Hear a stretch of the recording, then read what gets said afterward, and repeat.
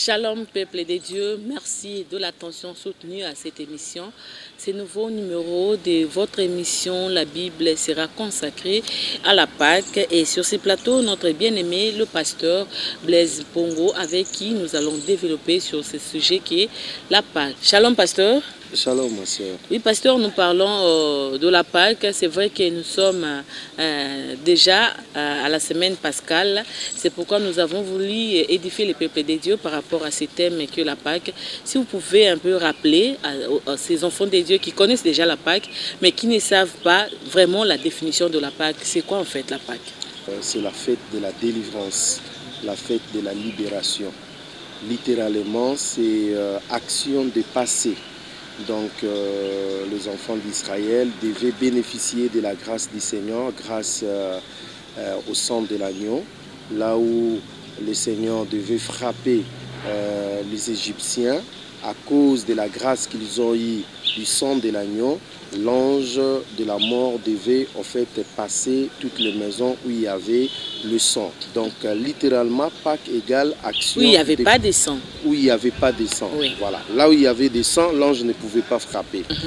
Alors littéralement, c'est action de passer, c'est-à-dire l'ange passait de maisons où il y avait le sang dans les linteaux, dans les poteaux. Donc, la Pâque, c'est la fête de la délivrance. La Pâque, c'est la fête de la libération. La Pâque, c'est la fête de la rédemption. Rédemption veut dire rachat. Rachat veut dire le fait de payer, le fait de donner le rançon pour en fait la délivrance de quelqu'un qui était dans l'esclavage ou d'une personne quelconque. Donc c'est ça, la rédemption. À chaque fois lorsqu'on parle de la Pâque, voyons la libération, voyons la délivrance, voyons la rédemption, c'est-à-dire le paiement, le rachat pour qu'une personne soit délivrée. C'est ça en fait le sens de la Pâque. Et quelles sont les origines de cette fête de la Pâque? Les origines remontent aux enfants d'Israël. Vous savez que les enfants d'Israël, par Joseph, s'est rendu en Égypte. Et puis Joseph a eu la grâce d'expliquer la vision au fait que Pharaon avait. Eh bien, après avoir expliqué cette vision, il a été promis comme la deuxième personnalité en Égypte. Et c'est dans ce sens-là qu'il avait fait appel à sa famille. Jacob et ses frères sont venus. Après des années, eh bien, les Israéliens, les Juifs qui sont venus, ils se sont multipliés, ils sont devenus un grand peuple. Mais plus tard, il y a d'autres pharaons qui se sont élevés, qui ne connaissaient pas au fait le bienfait de Joseph et tout ce qu'il avait fait. Les peuples juifs étaient tout simplement dominés par les Égyptiens. Alors, Dieu va rencontrer en fait Moïse et il va demander à Moïse de demander la libération des enfants d'Israël auprès des pharaons. Et là, ça va commencer vraiment un tour de passe-passe parce que Moïse va venir, tantôt Pharaon va dire je vais libérer, tantôt il dit je ne vais pas libérer. Et là, Dieu a multiplié en fait la pression par le plaie, ce que vous appelez le diplé. Le diplé, c'était rien d'autre que l'accentuation de pression, en fait, des punitions que Dieu voulait donner aux Égyptiens parce qu'il ne voulait pas obtempérer en fait, à son ordre de libérer le peuple d'Israël. Alors, ce qui se passe, c'est que après tout le plaie que Dieu a frappé les Égyptiens, Pharaon avait toujours le cœur endurci. C'est dans ce sens-là maintenant, Dieu va utiliser la dernière prise dans cette affaire qui était en fait le sang de l'agneau. Oui. Alors le sang de l'agneau c'était quoi? C'était, là vous avez ça dans Exode au chapitre 12, à partir du verset 1 jusqu'au verset 51. Donc Exode chapitre 12, en fait, nous parle de cette histoire. Alors Dieu va demander à toutes les familles d'Israël en fait, de tuer un agneau. Et cet agneau devait être immolé. Et le sang de cet agneau devait être mis dans les deux poteaux et dans les linteaux des portes. Dans le sens que lorsque l'ange de la mort va passer, que l'ange épargne toutes les maisons où il y avait le sang. C'est dans ce sens-là, en fait... Puisque l'Éternel voulait tuer chaque nouveau-né dans voilà, parce que le Seigneur avait le dessein de tuer tous les premiers-nés égyptiens. Oui. Donc c'est dans ce sens-là que cette action, cet événement est appelé la Pâque. Donc, dans la Pâque, il y a 3 choses que nous devons retenir. Hein. Je veux vraiment que nos bien-aimés qui nous suivent à la maison puissent retenir ces 3 choses dans l'histoire que nous avons dit dans Exode au chapitre 12, le verset 1 jusqu'au verset 21. Dans la Pâque, c'est-à-dire dans cet événement de Pâque, il y a 3 choses qui sont entrées en jeu. La première chose, c'est l'agneau qui a été immolé dans toutes les familles pour en fait, que son sang serve en fait, des signes dans des poteaux et dans des linteaux. Hein, voilà, ça c'est la première des choses. Donc il y a la présence de l'agneau qui devait être immolé. Deuxième chose, c'était en fait la frappe de Dieu pour le premier-né de tous les enfants de l'Égypte. Donc en ces jours-là, hein, l'Égypte a perdu tous ses premiers-nés parce qu'ils n'avaient pas de signes de sang de l'agneau dans leurs portes. Troisième chose, c'est Pharaon va maintenant décider de libérer les enfants d'Israël à la hâte parce qu'ils ont eu peur, ils ont dit, ben, si les premiers-nés vont mourir, ensuite ça sera des cadets, ensuite ça sera nos femmes, ensuite ça sera dont nous serons exterminés ici. Eh bien, on va renvoyer à toute vitesse les enfants d'Israël d'aller servir leur Dieu dans le désert. Donc c'est ça en fait la Pâque. La Pâque c'est la libération, la Pâque c'est la sortie de l'Égypte, la Pâque c'est la délivrance. Vous pouvez nous dire, pasteur, pour quel but cet événement est devenu en fait une fête que nous commémorons aujourd'hui? C'est vraiment dans le but de célébrer dans toutes les générations. Parce qu'il faut savoir que cet événement, c'était un grand événement pour les enfants d'Israël. Et derrière cet événement, il faut voir la pédagogie engagée par Dieu. C'est-à-dire, Dieu voulait utiliser cette figure, cette image, pour annoncer la véritable Pâque qui viendra avec la personne de Jésus-Christ. Donc Dieu voulait utiliser cet événement de l'Égypte avec la sortie des enfants d'Israël pour nous annoncer qu'il y aura un agneau de Dieu qui viendra. Au travers de son sang, il y aura les rachats, il y aura en fait la rédemption. C'est dans ce sens-là que Dieu a voulu à ce que cette Pâque, cette fête soit commémorée. Alors, quand vous lisez par exemple dans Exode au chapitre 12, le verset 25 à 27, Exode chapitre 12, 25 à 27, la Bible dit « Quand vous serez entrés dans le pays que l'Éternel vous donnera, selon sa promesse, vous observerez cet usage sacré. Et lorsque vos enfants vous diront « Que signifie pour vous cet usage ?» vous répondrez « C'est le sacrifice des Pâques, en honneur de l'Éternel qui a passé par-dessus la maison des enfants d'Israël en Égypte. Lorsqu'il frappa l'Égypte et qu'il sauva nos maisons, le peuple s'inclina et se prosterna. » Voilà. Donc Dieu dit, vous allez continuer à faire cet sacrifice, à célébrer la Pâque, hein, à perpétuité. Pourquoi? Quand vos enfants vont vous demander pourquoi vous les faites, vous leur direz que nous les faisons en honneur de notre Dieu, parce que ce jour-là, le Seigneur a fait passer, nous a sauvés par le sang de l'agneau, tel que nous avons lu. La perpétuité, c'est-à-dire tout le jour? Toutes les générations, c'est-à-dire toutes les générations qui vont suivre vont continuer à célébrer la Pâque. C'est comme nous, les parents, nous avons célébré la Pâque, nos enfants vont célébrer, les enfants de nos enfants vont célébrer, ainsi de suite. Dieu avait la pédagogie derrière, de nous inculquer cela pour qu'il nous montre alors la vraie Pâque au travers de son Fils Jésus-Christ. La fête de la Pâque devrait se perpétuer. Je voulais savoir, pasteur, est-ce que cette fête a une date ou une certaine époque précise pour que cette fête soit célébrée, ou alors les chrétiens doivent célébrer la Pâque tout le jour de leur vie, parce que la Pâque c'est en fait la sortie des enfants d'Israël en Égypte? Bon, là je suis d'abord dans le cadre purement de la Pâque juive. Donc je suis d'abord avec ce qui s'est passé avec les Juifs. Donc Dieu dit que non, cet événement que vous voyez doit aller de génération en génération. Vous allez célébrer ça en l'honneur de l'Éternel, même quand vous serez dans la terre promise. C'est dans ce sens-là, les Juifs ont célébré cela. Et pour consigner cela, Dieu va consigner, parce que n'oubliez pas, en Israël, il y a 7 grandes fêtes en Israël. Il y a la fête de la Pâque, il y a la fête des pains sans levain, il y a la fête des prémices, il y a la fête de la Pentecôte, il y a la fête des trompettes, il y a la fête d'expiation, et puis il y a la fête du tabernacle. Ça, ce sont les 7 grandes fêtes que vous avez en Israël. Et la première de toutes ces fêtes, c'est la fête des Pâques. C'est pour cela, Dieu va consigner maintenant cette fête dans Lévitique au chapitre 23, le verset 5. Dans Lévitique au chapitre 23, le verset 5, la Bible dit, le premier mois, les 14e jours du mois, entre les 2 soirs, ce sera la Pâque de l'Éternel. Là, c'était pour les Juifs. Le premier mois, c'est en Israël, parce que nous n'avons pas le même calendrier avec les Israélites. Et ils ont leur calendrier, nous on a notre calendrier grégorien. Voilà. Leur premier mois, c'est le mois de Nissan. Alors, le premier mois qui est le mois de Nissan, le 14e jour, on devait célébrer la Pâque. C'est quel mois par exemple pour nous aujourd'hui? Bon, le mois de janvier. La brève-année, c'est l'équivalent en fait, du mois d'avril pour nous.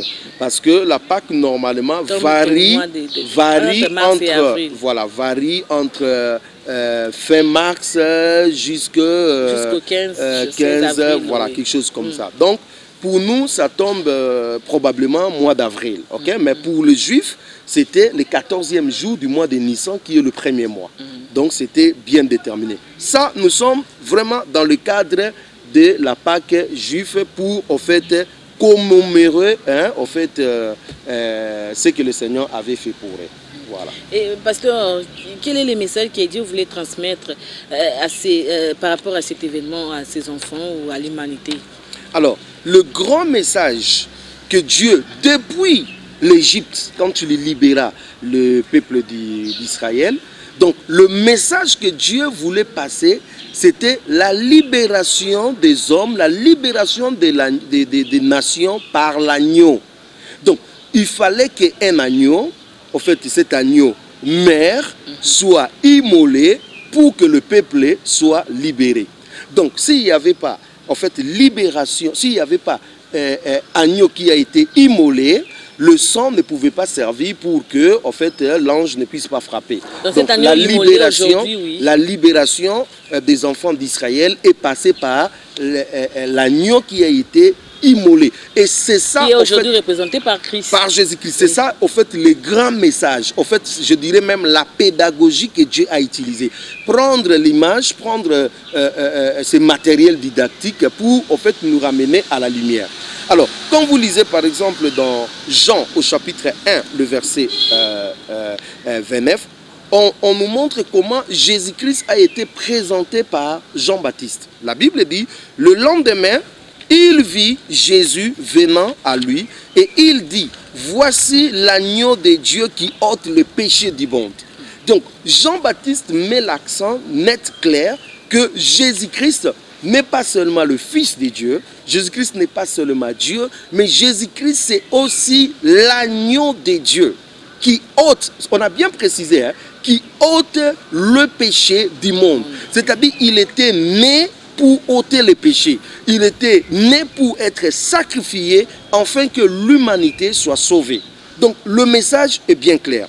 Quand vous lisez encore dans Matthieu au chapitre 26, le verset 2, la Bible dit, vous savez que la Pâque a lieu dans 2 jours et que le Fils de l'homme sera livré pour être crucifié. Ça, c'est Jésus-Christ lui-même qui est en train de dire, en fait, à ses disciples. Il dit, vous savez que la Pâque aura lieu dans 2 jours et que le Fils de l'homme, là, c'est qui? C'est l'agneau de Dieu qui doit ôter les péchés du monde. Il dit, cet agneau de Dieu sera livré pour être crucifié, pour être immolé. Vous voyez? Donc, c'est clair que derrière la Pâque juive, Dieu annonçait, en fait, je dirais, la Pâque chrétienne, c'est-à-dire la vraie Pâque qui a été Jésus-Christ. Et là, nous voyons Jésus-Christ comme étant l'agneau et Jésus-Christ qui a été destiné, né destiné pour mourir à la croix. Et je dirais même aussi, dans 1 Pierre au chapitre 1, pour renchérir, 1 Pierre chapitre 1, le verset 19, la Bible dit, mais par le sang précieux de Christ, comme d'un agneau sans défaut et sans tache, nous n'avons pas été libérés par l'or nous n'avons pas été libérés par l'argent, nous n'avons pas été libérés par des biens de ce monde, mais nous avons été libérés par le sang précieux de Christ. Voilà, comme d'un agneau, sans défaut et sans tache. Parce que nous avons dit là que non, la Pâque, c'est la rédemption. La rédemption, c'est le rachat. Le rachat, c'est le paiement. C'est le rançon qu'on donne pour la libération. Et quel est le rançon que Dieu a donné? Qu'est-ce que Dieu a donné pour que nous soyons libérés? Eh bien, Dieu a donné son sang. Donc, c'est par le sang de Jésus que nous avons la rédemption. C'est par le sang de Jésus que nous avons été rachetés. C'est par le sang de Jésus que nous avons quitté l'esclavage pour devenir des personnes libres. J'aime beaucoup ces versets de Romains au chapitre 8, le verset 1 qui dit « C'est par la liberté que Christ nous a affranchis. » Donc, nous sommes aujourd'hui libres à cause du sang de l'agneau. Nous sommes affranchis. Aujourd'hui, nous n'avons plus de pression que Satan nous mettait, parce que tous nous avons été esclaves du péché. Nous avons été esclaves de Satan. Nous avons été esclaves, en fait, quand Adam et Ève ont décidé, en fait, d'obéir à Satan. Mais voilà Jésus-Christ qui vient nous libérer de ce long esclavage qui a commencé depuis la Genèse chapitre 1, depuis en fait, le jardin d'Éden. En fait, Dieu nous libère de cet esclavage et nous sommes réconciliés avec Dieu. Nous sommes aujourd'hui des enfants de Dieu à cause, en fait, du sang de Jésus versé à la croix. Oui, pasteur, quelles sont les conséquences et les avantages liés à la mort et à la résurrection du Christ pour nous les chrétiens? Merci beaucoup pour cette question. Déjà, à la base, parce que nous sommes en train de parler des avantages liés à cela, j'aimerais, si vous permettez, que je fasse la différence entre les deux fêtes. Allez-y. Voilà, parce que en fait, ce qui se passe maintenant en Israël n'a rien à voir avec les chrétiens. Donc, ce que nous avons lu dans Exode, dans Lévitique, tout, ça concernait les enfants d'Israël et c'était juste une image pour nous les chrétiens. Donc, cette fête de Pâques, c'est vraiment pour célébrer la sortie des enfants d'Israël en Égypte. Ce qui n'est pas le cas avec nous. Nous fêtons la rédemption par la personne de Jésus-Christ. La fête chrétienne est différente de la fête juive. Donc, nous, notre Pâques égale Christ. C'est pour cela, dans la Bible, il est dit, Christ est notre Pâques. Je lis avec vous dans 1 Corinthiens, au chapitre 5, le verset 7. Alors, la Bible nous dit de faire disparaître le péché, afin que vous soyez une Pâque nouvelle. Voilà, lorsqu'il n'y a plus le péché, voilà, nous sommes de nouvelles créatures. Si quelqu'un est en Christ, il est devenu une nouvelle créature. Les choses anciennes sont passées et voici, toutes choses sont devenues nouvelles. Donc, effectivement, nous retombons dans Jean au chapitre 1, le verset 29, là où nous avons lu, où le Seigneur dit, voici, où Jean-Baptiste disait, voici l'agneau de Dieu qui ôte le péché. Donc, c'est pour cela que Paul dit, faites disparaître le vieux levain. Il faut que le péché soit ôté, afin que nous soyons une Pâque nouvelle, c'est-à-dire de nouvelles créatures, puisque vous êtes sans levain, car Christ, notre Pâque, a été immolé. Donc, Christ est notre Pâque. Il a été immolé. C'est pour cela, quand vous regardez dans le langage en français, on crée la différence entre les deux Pâques. Hein? Oui. La Pâque juive et la Pâque chrétienne. Et la Pâque chrétienne. La Pâque juive est sans S. Et la Pâque chrétienne est avec S. Ce n'est pas qu'il y a plusieurs événements où il y a non. Mais c'est juste pour créer la différence entre les deux Pâques. Vous voyez?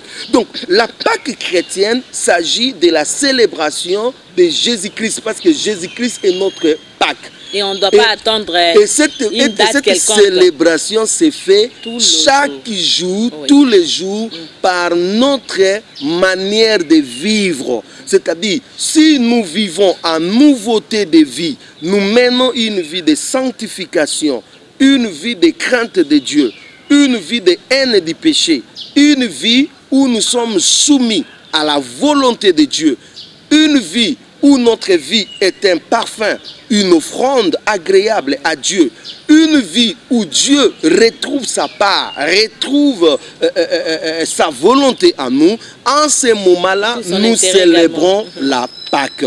Mais si nous attendons un jour, comme ça sera le dimanche, les gens vont aller avec leurs belles vestes, leurs belles cravates. Même ceux qui voilà, même ceux qui ont déserté l'église pendant un long moment, parce qu'il y a des grands événements qui ramènent les gens dans les assemblées, dans les églises. La Pâque et la Noël. Voilà, la Pâque et la Noël. Donc voilà, tout le monde se prépare pour aller célébrer la Pâque. Eh bien, si vous avez cette mentalité comme ça de célébrer la Pâque, vous n'êtes pas loin des Juifs. C'est-à-dire, en réalité, vous êtes en train de célébrer la Pâque juive. Parce que la Pâque chrétienne ne se célèbre pas comme ça. La Pâque chrétienne se célèbre tous les jours, chaque jour par une nouveauté de vie où Christ règne dans nos cœurs comme Seigneur et Sauveur. Donc, moi personnellement, je ne prêche pas la Pâque les jours, voilà, les jours de la Pâque, là, toutes les prédications vont sortir, la Pâque, la Pâque, la Pâque. Ce n'est pas ça pour moi. Donc pour nous, nous enseignons le peuple de Dieu à vivre la Pâque chaque jour parce que Christ, notre Pâque, a été immolé. La Pâque chrétienne, ce n'est pas un jour, ce n'est pas une date, mais c'est chaque jour. Voilà pourquoi, toutes les fois, lorsque nous avons aussi la possibilité de faire la Sainte Seine, nous le faisons. Et nous n'attendons pas un jour. Cette pasteur, doit seulement être pris les jours de la Pâque? Non, la Bible dit, faites ceci toutes les fois que vous en avez la possibilité pour vous souvenir de l'œuvre. Parce qu'il y a des assemblées qui ne prennent la Sainte Seine que les jours de la Pâque. Ben oui, peut-être parce qu'ils sont ignorants de la parole de Dieu. Les chrétiens à la maison, ils peuvent célébrer la Sainte Seine. Il n'y a pas un problème. Donc la Bible dit l'église rompait, vivait dans la communion, ils rompaient leur pain, ils célébraient la Sainte Seine et l'église grandissait. Il n'y avait pas midi 14h de protocole à suivre pour célébrer. Non. C'est devenu même une occasion pour les hommes de Dieu de prendre du vin. Ah. et moi, ce qui me choque, c'est que dernièrement, j'ai suivi un pasteur qui a fait une Sainte Seine payante. C'est-à-dire, il demande aux chrétiens de payer $100 pour participer à la table du Seigneur. Ça, c'est un pasteur démoniaque. En fait, c'est un pasteur, excusez-moi vraiment, c'est un pasteur de l'apostasie qui a tout simplement l'esprit d'égarement. Parce qu'on ne peut pas conditionner quelqu'un à ne pas prendre la Sainte Seine, soi-disant parce qu'il n'a pas payé un montant X.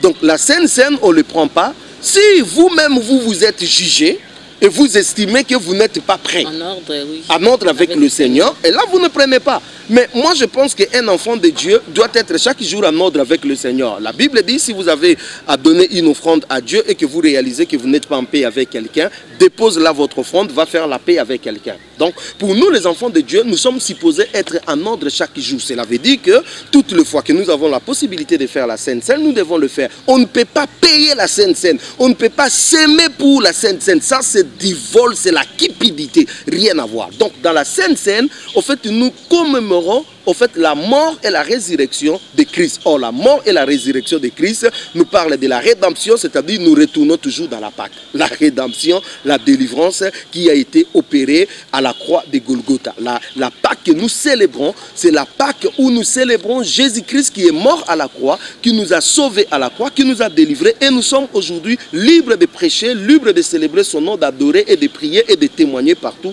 son nom à cause de cela. Merci beaucoup, pasteur. Nous célébrons la résurrection de notre Seigneur Jésus-Christ.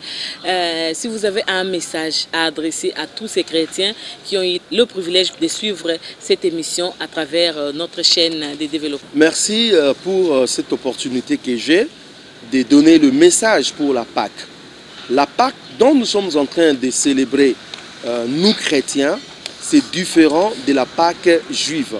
Bien que la Pâque juive était l'image en fait de ce qui devait être arrivé de la réalité qui est Jésus-Christ.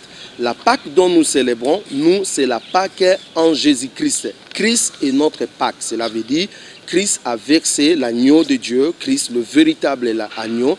Il a accepté de mourir à la croix pour nous. Il a accepté de verser son sang pour que nous nous soyons libérés. Eh bien, par la mort et la résurrection de Jésus-Christ, nous avons été libérés, nous avons été affranchis du péché, de la mort et du ténèbre. Donc, pour vous tous qui n'êtes pas encore en Jésus-Christ, cette fête n'a aucun effet sur vous. Vous pouvez aller dans une prière, vous pouvez aller dans les assemblées. Mais si vous n'avez pas encore accepté Jésus-Christ dans votre vie comme Seigneur et Sauveur, cette fête n'aura aucun impact sur vous. Il faut commencer par les commencements. Et les commencements, c'est vous devez ouvrir votre cœur, vous devez accepter le Seigneur Jésus-Christ dans votre vie comme Seigneur et Sauveur et abandonner les péchés et accepter de vivre cette nouveauté de vie. En ce moment-là, le sens profond de la Pâque aura son sens dans votre vie. Alors, j'aimerais vous dire, bien-aimés dans le Seigneur, nous ne célébrons pas la Pâque à un jour donné. La Pâque, pour nous chrétiens, est célébrée chaque jour de nos vies par cette bonne manière de vivre, par cette nouveauté de vie que nous avons. Eh bien, c'est une façon pour nous de célébrer la Pâque. Alors, si je vous dirais bonne fête de Pâques, je vous dirais tout au long de votre vie, à chaque fois que vous célébrez Dieu, à chaque fois que vous vivez une nouveauté de vie, alors bonne fête de Pâques pour vous. Pour moi, bonne fête de Pâques, ce n'est pas un jour X ou Y. En tout cas, que Dieu vous bénisse et que Dieu vous donne la force de suivre toujours sa parole. Merci beaucoup, pasteur. Voilà, peuple de Dieu, c'est très clair même comme de l'eau à boire. Le pasteur l'a dit d'ailleurs, que la Pâque, pour nous chrétiens, nous devons la commémorer tout le jour de notre vie, puisque Christ est ressuscité. Tout le jour de notre vie, nous devons célébrer cette résurrection dans nos vies. C'est la fin de cette émission. Merci à vous tous qui l'avez suivi. Moi, je l'ai dit, comme l'a dit pasteur également, joyeuse fête de Pâques à tous les chrétiens qui ont eu l'occasion de suivre cette émission à travers nos antennes. Mais ce n'est pas seulement pour aujourd'hui, ce n'est pas seulement pour ce dimanche. Le Christ sera vivant dans nos vies tout le jour, tant que nous serons vivants sur cette terre des hommes. Merci et que Dieu vous bénisse.